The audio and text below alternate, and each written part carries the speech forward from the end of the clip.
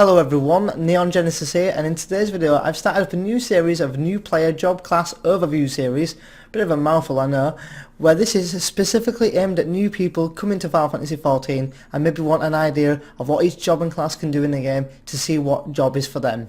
So, that aside, let us begin.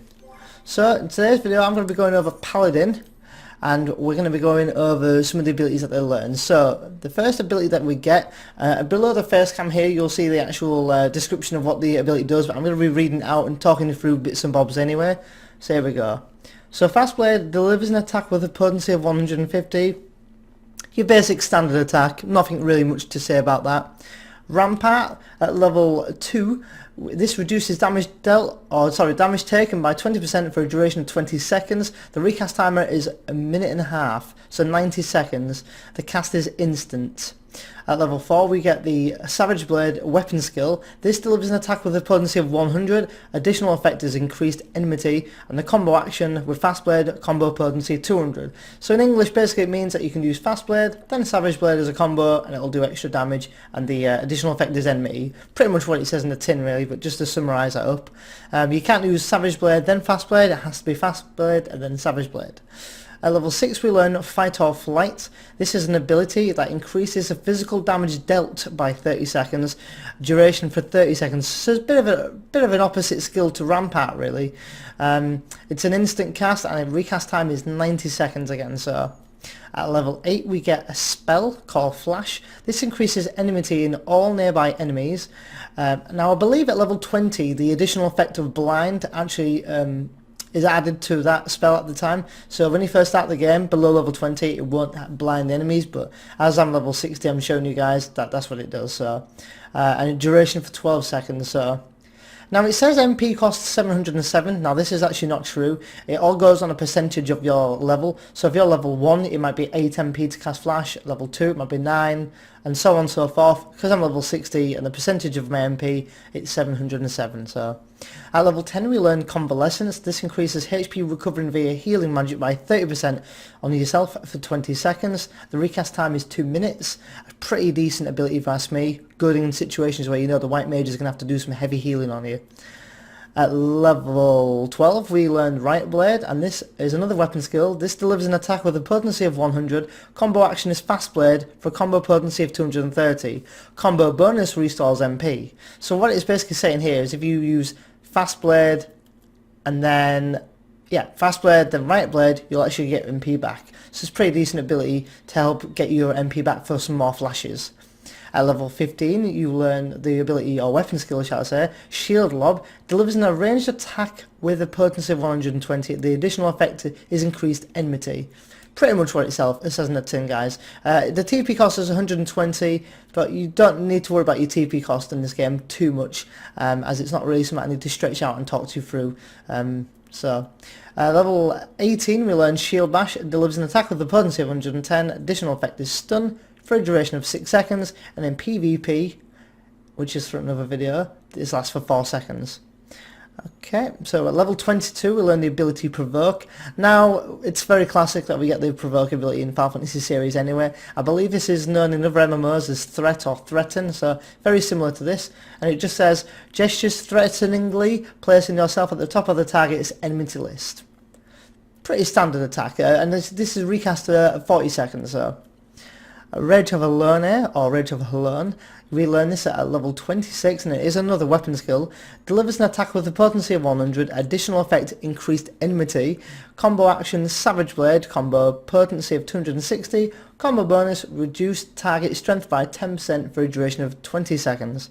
So to summarise this up, you use Fast Blade, then Savage Blade, then Rage of Alone as a combo, and you'll get the you'll get the combo working, and you'll get the reduced target strength by 10% basically. So at level 30 we'll learn Shield Swipe, and this is an ability that delivers an attack with a potency of 150, can only be used immediately after blocking an attack. The additional effect is Pacification for a duration of 6 seconds. Additional effect is increased enmity. Pacification is an ability where it's kind of like a stun, but it will render the target still able to attack you, but only auto attack and not give you any abilities basically. So it's a cool ability.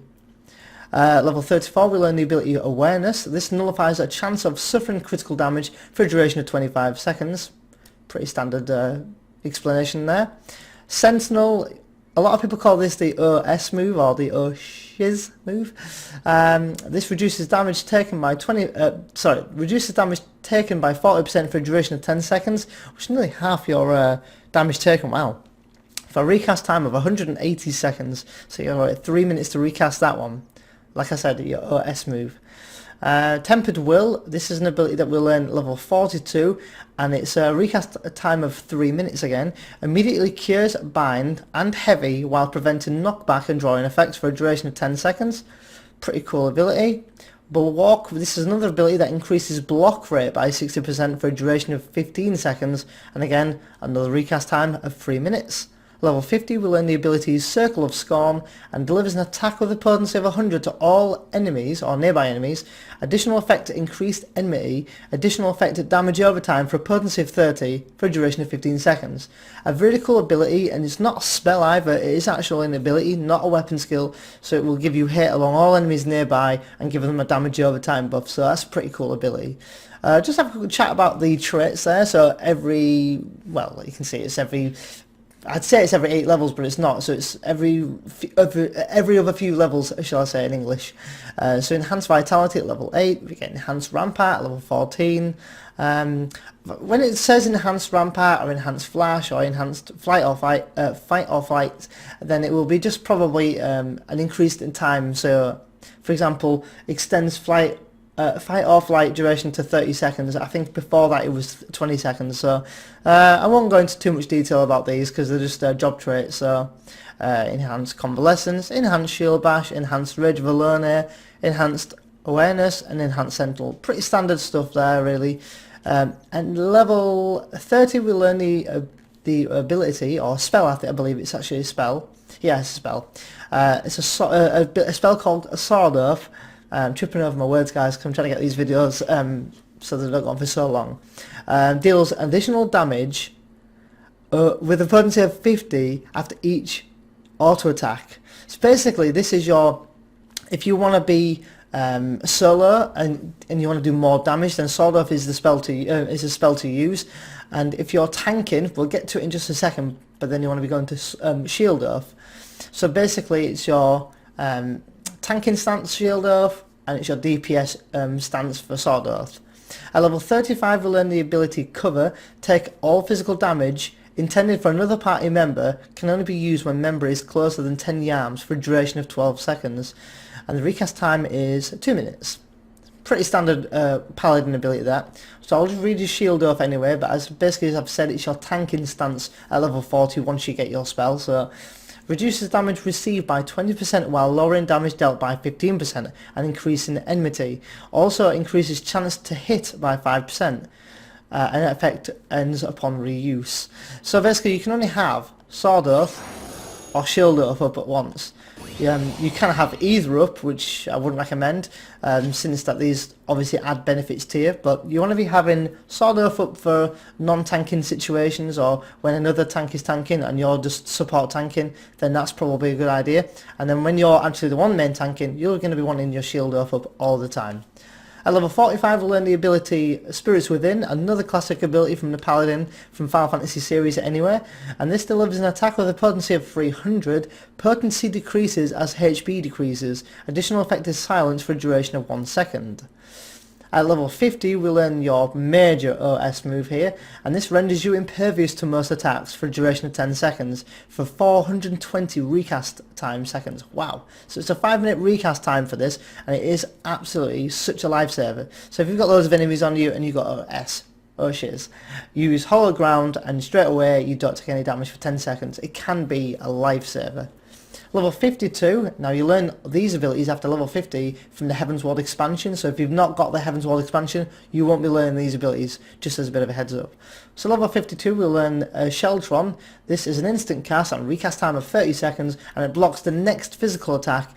An additional effect, partial MP restored upon block for a duration of 10 seconds.